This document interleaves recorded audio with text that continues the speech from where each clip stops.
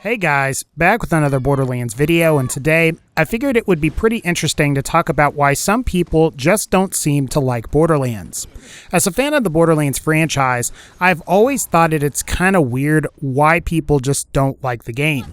Whether it's because of cel shading, whether it's because of the grind for loot, or whatever else. So I figured it could be pretty interesting to look at some commonly cited reasons that people have as to why they don't like the Borderlands games. So I guess without further ado, let's go ahead and start. For whatever reason, a lot of people seem to take an issue with Borderlands 2's cartoon-like or cel-shaded graphics. Now, this isn't necessarily a problem with Borderlands itself, and it's a trend that I believe spans across multiple games and game genres in the video game industry. While there are a lot of people that really like cel shading, there are also a lot of people that don't seem to like it for whatever reason. I find this interesting because from a purely aesthetic perspective, games that employ some kind of cel shading tend to visually age a whole lot better over time than the games that don't. And compare games that are around 15 years old, like Jet Set Radio or The Legend of Zelda Wind Waker, to other games from that time period like Grand Theft Auto 3 or Vice City, and you'll notice that Wind Waker just ages better, and it looks better. While Grand Theft Auto 3 and Vice City were and are great games, they've not aged nearly as well simply because the focus was on developing something that looked or passed for realistic at the time. I guess some of the dislike of cel shading comes from people's desire for video games to look and feel realistic. You also figure quite a few FPS games in particular, like Battlefield, pride themselves on having near-realistic graphics. And if you think about a game like Star Wars Battlefront, despite all of that game's faults, one area where I think many people can agree is that the graphics for that game are really impressive and are near realistic. I also suspect a fair amount of hate for cel shading comes from the reception of The Legend of Zelda Wind Waker. A lot of people back in the day thought that they were going to get another mature Zelda game like Ocarina of Time, but we got the kiddie and cartoony Wind Waker instead. And ever since, cel shading has had a bit of a stigma. Even still, I would argue that cel shading still makes games look great today and will continue to make games look great 5 years from now, just like Borderlands 2 does. One of the common complaints you hear from the gaming community is that many of Borderlands 2's enemies are kind of bullet spongy and that little strategy is required to take a lot of these guys out. On the one hand, I sort of understand where people are coming from with this criticism. Borderlands 2 is designed in such a way to where you mostly receive weapons that are slightly below the level of the enemies that you're fighting. Over time, enemies will gain some kind of damage reduction if your weapons are underleveled, forcing you to swap to other weapons that might not be as good. You add in the exponential damage scaling on weapons, and this gets progressively worse as you reach higher levels in the game. So on some level, if you're not swapping to new weapons every few levels, the enemies will be a lot harder than they otherwise would be, and thus feel bullet spongy to some players. Now, what I do agree with here is that allowing the player to have weapons of adequate level would make the enemies feel less bullet spongy. At the same time, Borderlands 2 is an action RPG/FPS in the veins of something like Diablo, where you're not going to be able to take down almost every enemy in the game in 1 or 2 hits. Badass enemies are supposed to be at least a little bullet spongy because they are supposed to be tougher versions of other generic mob enemies.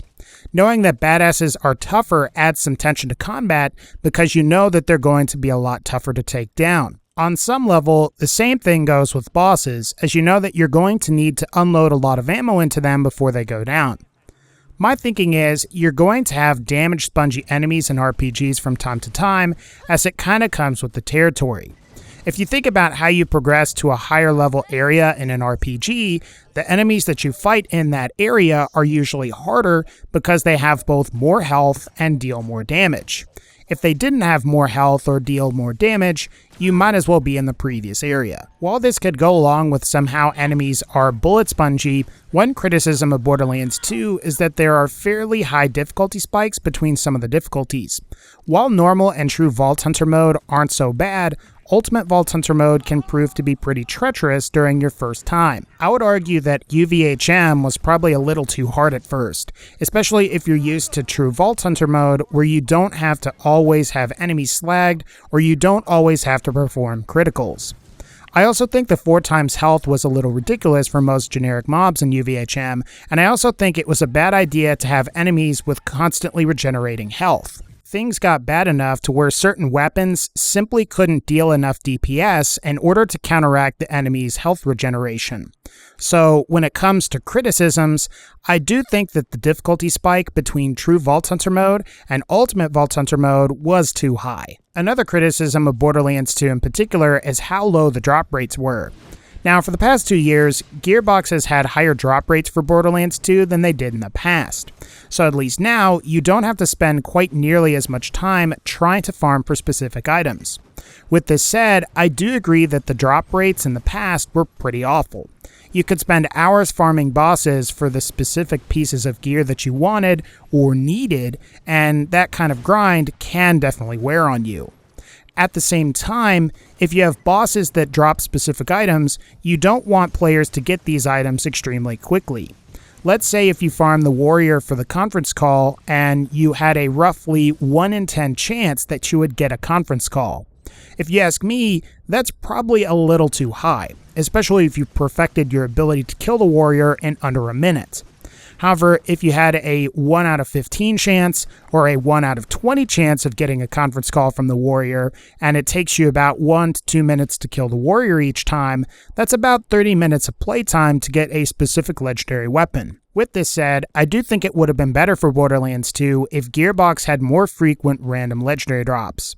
And it would have been better if these random legendary drops became more frequent as you reached higher level difficulties. So maybe on average, you would get at least 2 legendaries in normal mode with very minimal farming. You might get 4 in True Vault Hunter mode, and then 6 or more during Ultimate Vault Hunter mode. Then, if you wanted a specific legendary, you could go farm a specific boss for about 30 to 45 minutes and get that specific legendary that you might need for your build. Regardless, Gearbox did boost the drop rate and things are better now. And while I would agree that they were late on doing this, I'm at least thankful that the drop rates are better now than they were before. A major criticism that is hard to defend is the number of bugs Borderlands 2 has or once had that weren't promptly fixed.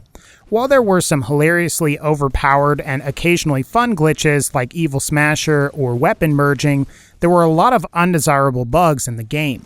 Towards launch, you could acquire skins for your vehicles, and for whatever reason, the skin you applied to your vehicles would never save. And for the first couple months of the game's release, there was little point in actually taking the time to acquire a bunch of unique vehicle skins, simply because they would never save and you could never really use them. There were also issues where people had their badass ranks reset, and this would suck because it could take a really long time and multiple playthroughs on multiple characters to achieve a high badass rank.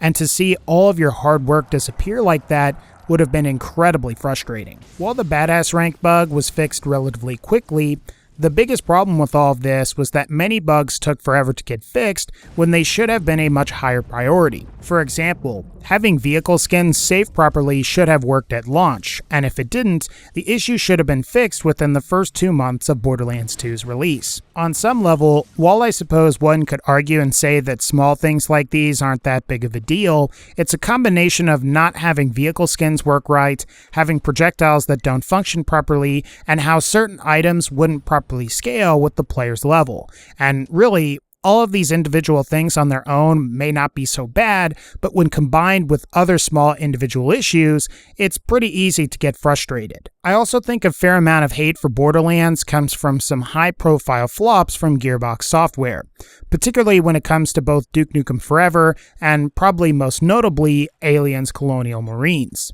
While I suppose you could argue that Battleborn was also a flop, I don't think Battleborn was something that really upset people like Aliens Colonial Marines did. Now, when Duke Nukem Forever came out, I think a lot of people rightly assumed that the game was bad because it was in development hell.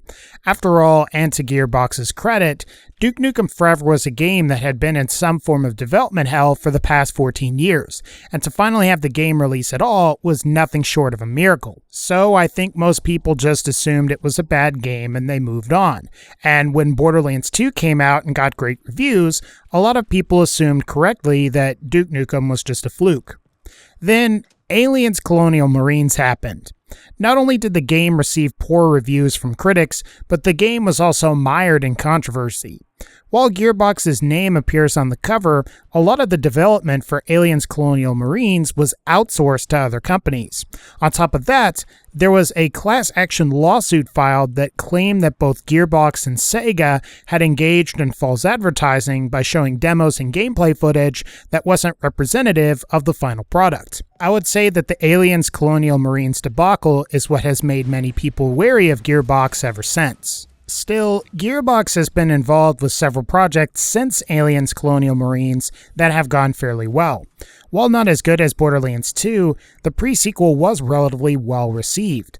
Both Homeworld games got good review scores, and despite the high price of the Bulletstorm Full Clip Edition, reviews for it have been mostly positive. It's only Battleborn that got okay to mixed reviews, and I think it was really Overwatch that ended up killing that game. I think many of the people that dislike Borderlands don't like it because it's different from most other FPS games that they like to play. Games like Call of Duty, Battlefield, Counter-Strike, Overwatch, and others are mostly PvP-focused experiences with relatively fast time to kill. Borderlands, on the other hand, is a game that is meant to appeal to people that like action RPGs like Diablo, or people that like more RPG-type experiences where PvP isn't the primary focus or isn't in the game at all. At the end of the day, I guess different strokes for different folks. But alright guys, I think that's going to pretty much wrap up this particular video. If you like this video, feel free to leave a like, click the bell to join the notification squad, and as always, take care, and I'll see y'all next time.